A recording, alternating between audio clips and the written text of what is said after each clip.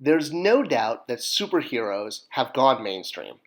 Where they used to be regulated to comic book stores and kind of what you would call geek culture, they are at the top of their popularity, starring in movies, TV shows, and the toy aisle. In fact, the toy aisle is a good indicator of who's the most popular superhero.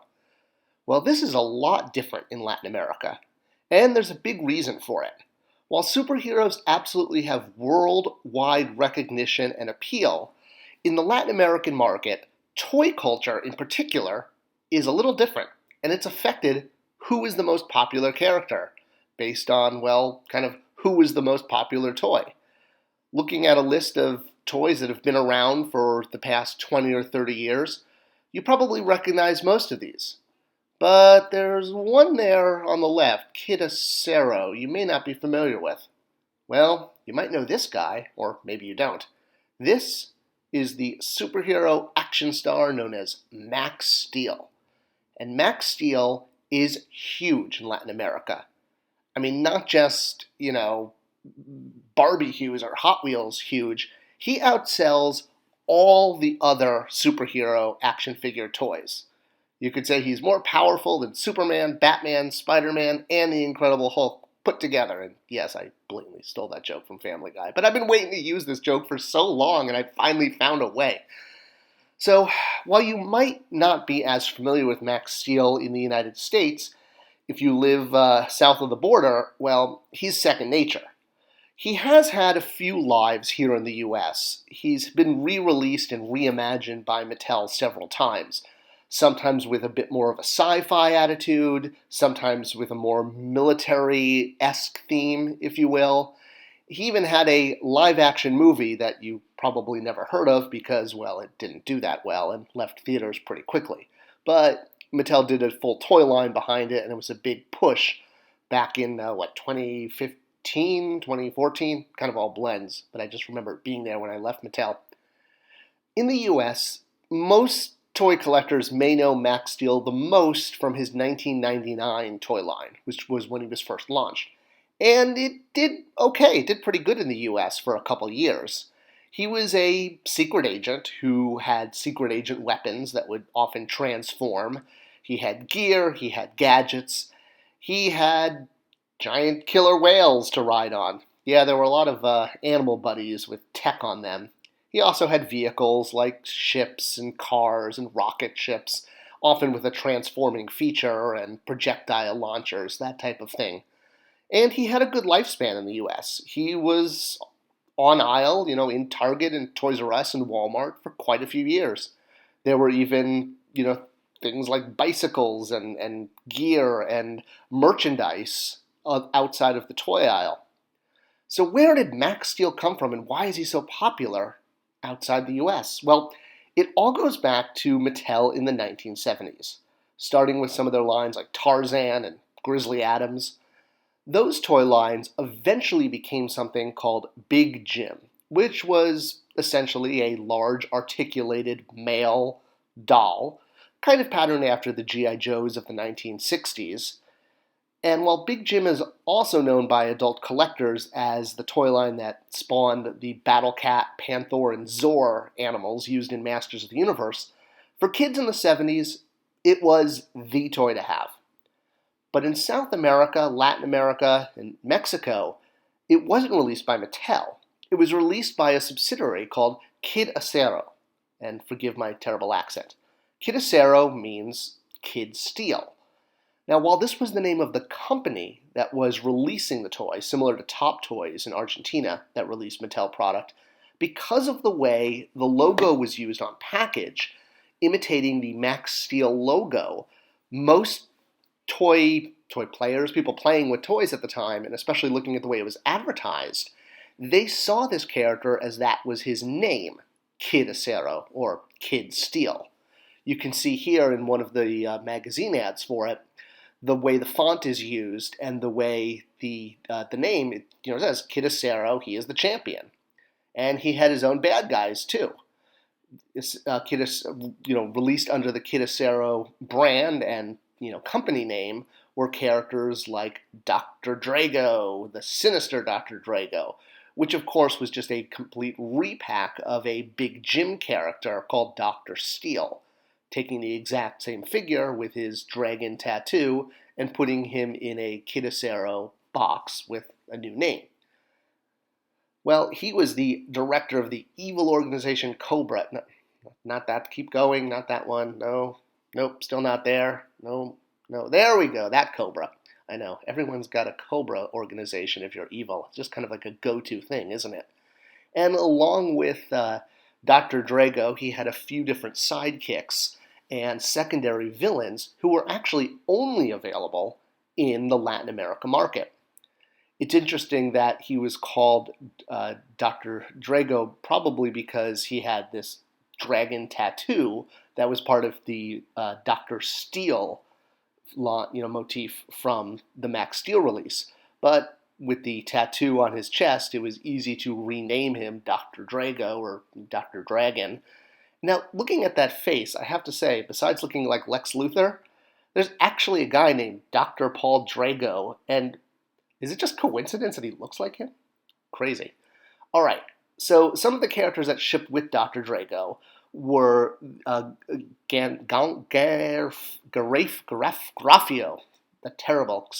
my terrible Spanish. He was a African-American character, one-eyed with the patch, because we all know characters with patches over their eyes are evil.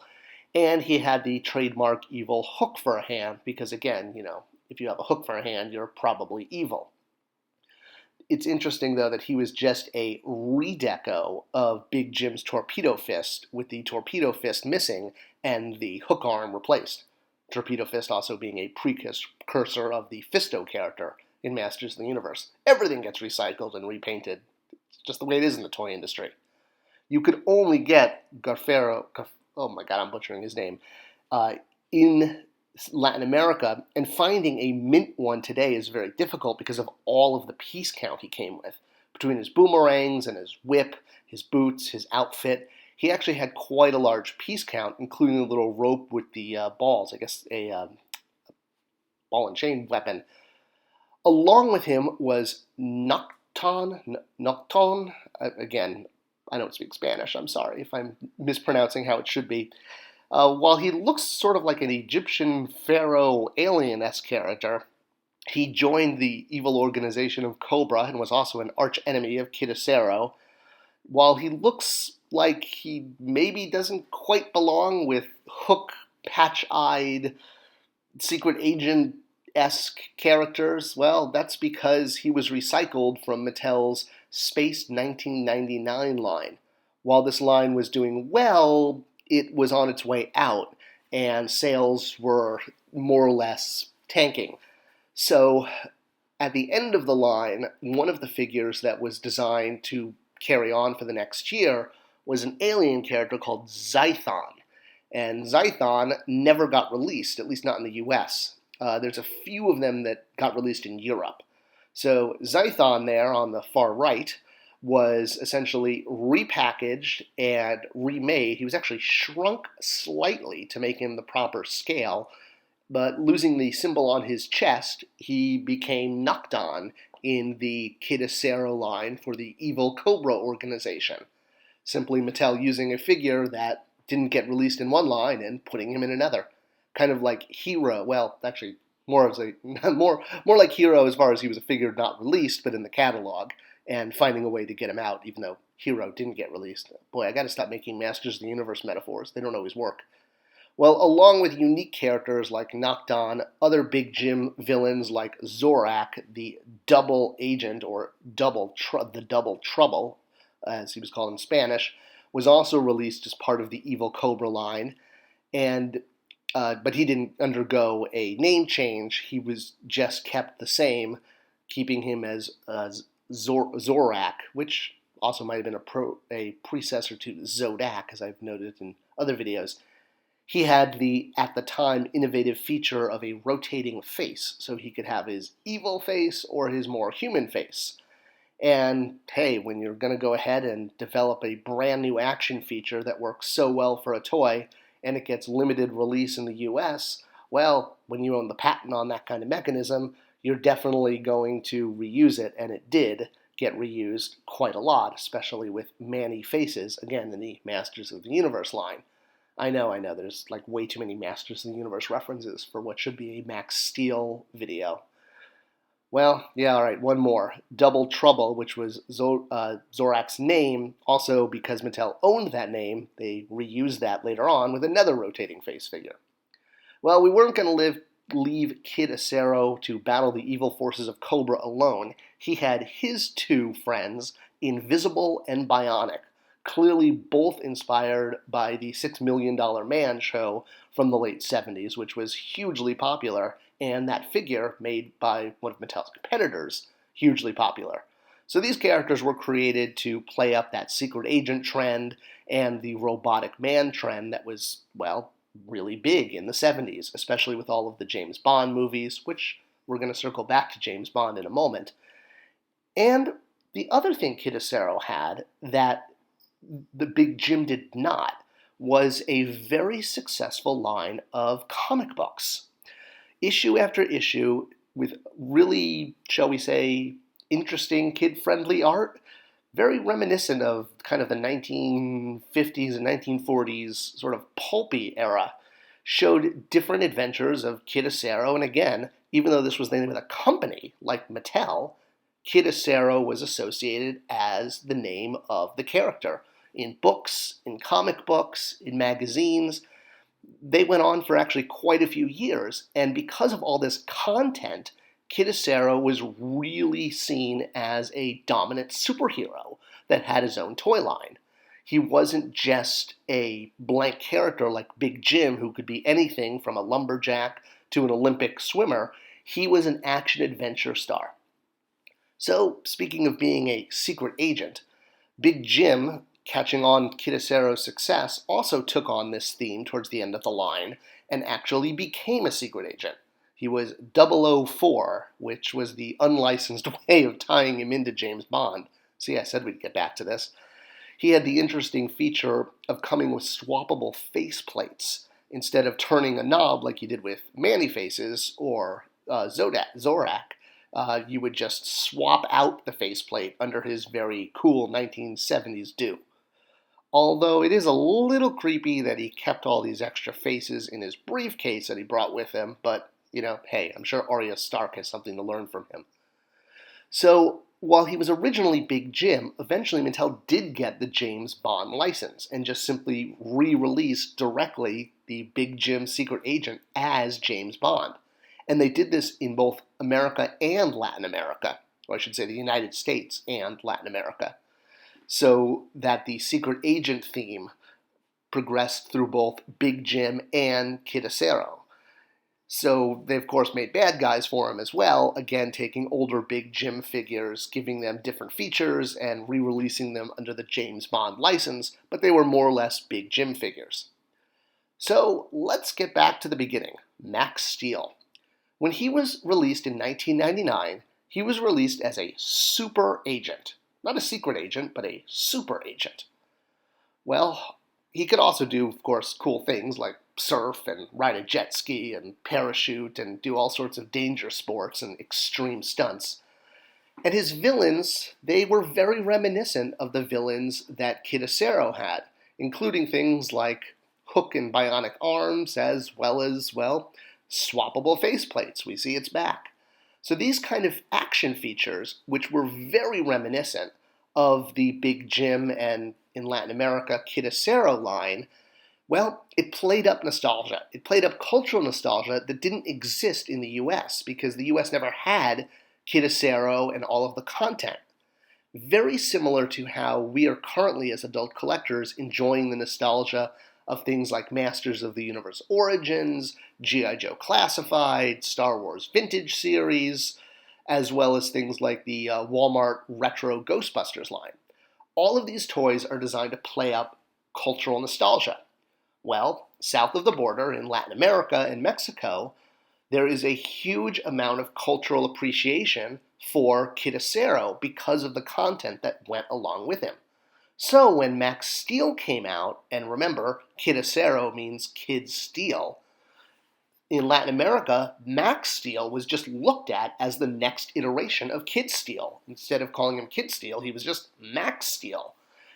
Essentially, it was the same brand in Latin America, or at least that's how consumers viewed it. Even though Mattel never intended it to be linked to Kid Acero, the cultural heritage of having him and having this brand be so big in the 1970s and 80s that it actually forced Mattel to back-end the idea that it was linked to this, and Big Jim actually became Jim McGrath, Max Steel's father. So Max Steel, officially in continuity, became Big Jim's son.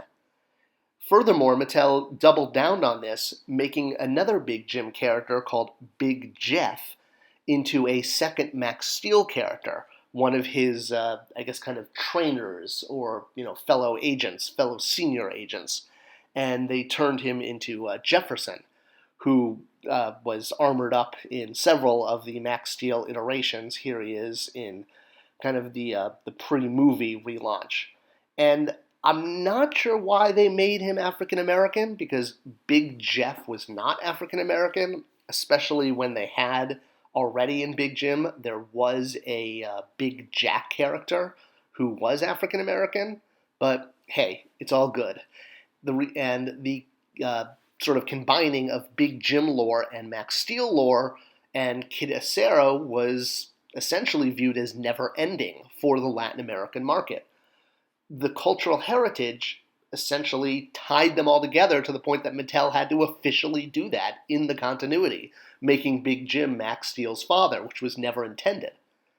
So while Max Steel has had his relaunches in the US, and they have honestly been a stream of underperforming retail lines, as the official toy industry would say, especially the movie, which I suppose the less said about it, the better, considering the budget and all of the talent that went into this, but the fact that it really didn't hit. So what does Max Steel look like today? Well, he's going strong in Latin America. He is still the best-selling action figure down there, outselling Spider-Man, Batman, Superman, Iron Man.